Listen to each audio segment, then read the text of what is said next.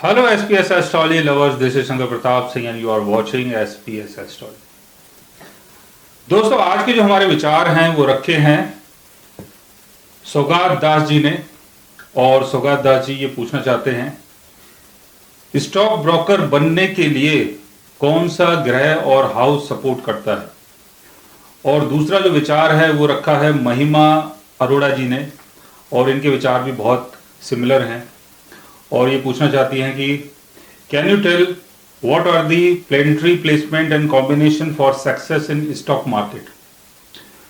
तो दोनों क्वेश्चन बहुत ही सिमिलर हैं और स्टॉक मार्केट के थ्रू अगर गेन होता है तो उसके ऊपर मैं ऑलरेडी एक वीडियो बना चुका हूं काफी दिन पहले। तो महिमा और सौगात जी यानी महिमा अरोड़ा जी और सौगात जी, आप लोगों के लिए जो आज मैं बनाने वाला हूं वो है कि स्टॉक मार्केट के थ्रू अगर आप गेन करना चाहते हैं तो कौन सा योग ऐसा बनता है कि जहां पर आप स्टॉक ब्रोकर बन सकते हैं,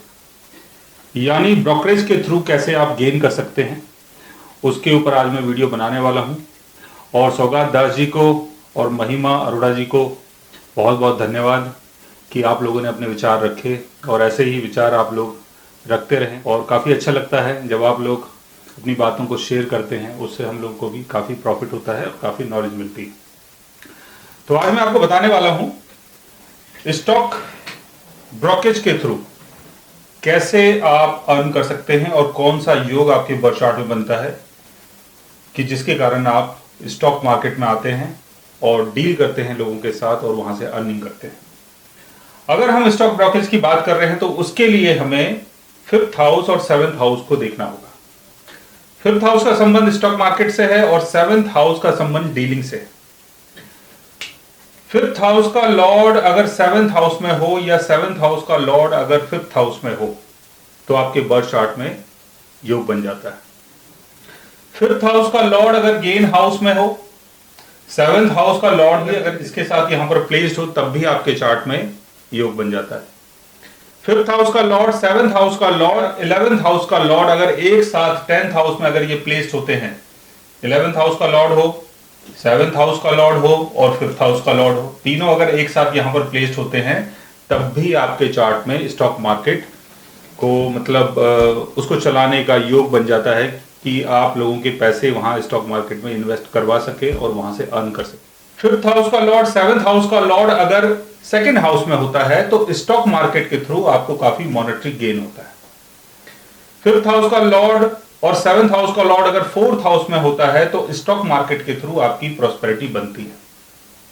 5th हाउस का लॉर्ड अगर 1st हाउस में होता है, 7th हाउस का लॉर्ड भी अगर 1st हाउस में होता है और गेन हाउस का लॉर्ड भी अगर 1st हाउस में होता है तो स्टॉक ब्रोकरेज के थ्रू आपको नाम मिलता है और आपको काफी मॉनेटरी गेन होता है। 1st हाउस का लॉर्ड अगर 5th हाउस में हो, 7th हाउस का लॉर्ड भी अगर 5th हाउस में हो और 5th हाउस के लॉर्ड की पोजीशन अगर आपके बर्थ चार्ट में बहुत अच्छी हो, यानी 5th हाउस का लॉर्ड अगर अपने ऑन साइन में है, अपने एग्रीगेशन में है, केंद्र भाव में है, लाभ भाव में है, त्रिकोण भाव में है, राहु शनि केतु से बचा हुआ है, तो आपको ऐसे योग में काफी गेन होता है। राहु की प्लेसमेंट अगर 5th हाउस में हो या 7th हाउस में हो या 5th हाउस या 7th हाउस के ऊपर राहु का अगर एस्पेक्ट पड़ता हो, जैसे राहु मान लेते हैं कि आपका 1st हाउस में है और राहु यहां से आपके 5th हाउस को देख रहा है, या राहु आपका 3rd हाउस में है, यहां से राहु आपके 7th हाउस को देख रहा है,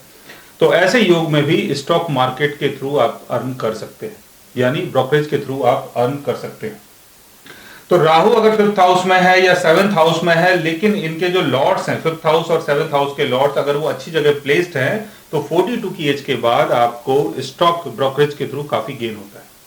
शनि की प्लेसमेंट अगर 5th हाउस के लॉर्ड के साथ हो, 7th हाउस के लॉर्ड के साथ हो तो स्टॉक ब्रोकरेज के थ्रू आप काफी अर्न करते हैं, लेकिन इनिशियल लाइफ में आपको काफी स्ट्रगल करना पड़ता है। तो राहु और शनि अगर 5th हाउस में है, 7th हाउस में है, इनके लॉर्ड के साथ प्लेस्ड हैं या इनके ऊपर अगर राहु शनि का एस्पेक्ट पड़ता है तो थोड़े स्ट्रगल के बाद आपको काफी अच्छा गेन होता है।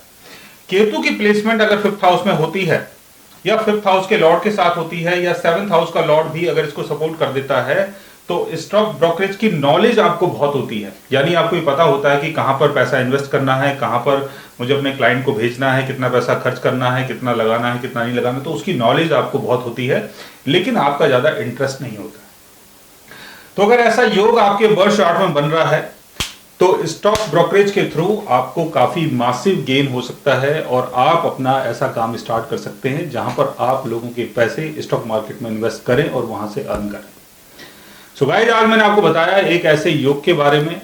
जो आपको ये बताता है कि स्टॉक ब्रोकरेज के थ्रू आप कैसे अर्न कर सकते हैं। अगर आप भी जानना चाहते हैं किसी ऐसे योग के बारे में तो उसके लिए आप हमारे चैनल को सब्सक्राइब कर सकते हैं। और अगर आप हमसे बात करना चाहें, कंसल्ट करना चाहें या अपने विचार हम तक भेजना चाहें तो आप हमारी वेबसाइट के थ्रू, हमारे ऐप के थ्रू हमसे मिल भी सकते हैं, बात भी कर सकते हैं और गाइज आप अपने विचार भी हमें भेज सकते हैं। So guys, take care, love you all and good.